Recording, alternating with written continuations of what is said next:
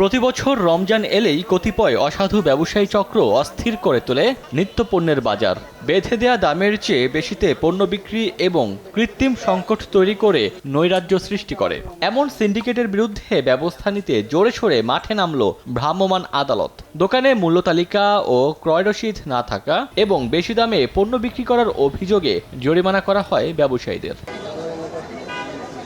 ময়মনসিংহ নগরীর মেছুয়া বাজারে ৬ দোকানদারকে ১৩,০০০ টাকা জরিমানা করেছে জেলা প্রশাসনের নির্বাহী ম্যাজিস্ট্রেট। এ সময় রাস্তা দখল করে দোকানপাট গড়ে তোলা সহ বিভিন্ন অনিয়মের প্রমাণ পাওয়ায় অনেক ব্যবসায়ীদের সতর্ক করা হয়। ওনারা ক্রয় মূল্যের রসিদ সংরক্ষণ করে না, এটা হচ্ছে সমস্যা আর কি, যে কারণে বাজারের দামটা বেড়ে যায়। সিলেটে পবিত্র রমজান মাসে সয়াবিন তেল সহ নিত্য প্রয়োজনীয় পণ্যের বাজার মূল্য স্থিতিশীল রাখতে জেলা প্রশাসনের উদ্যোগে বাজার মনিটরিং করা হয়েছে।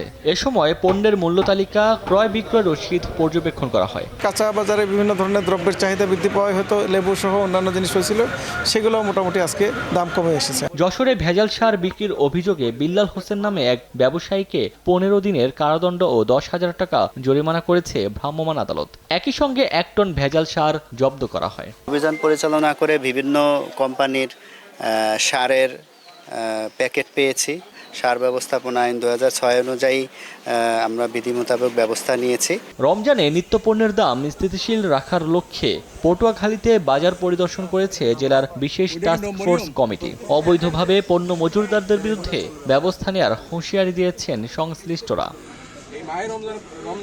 ওমর ফারুক, সময় সংবাদ।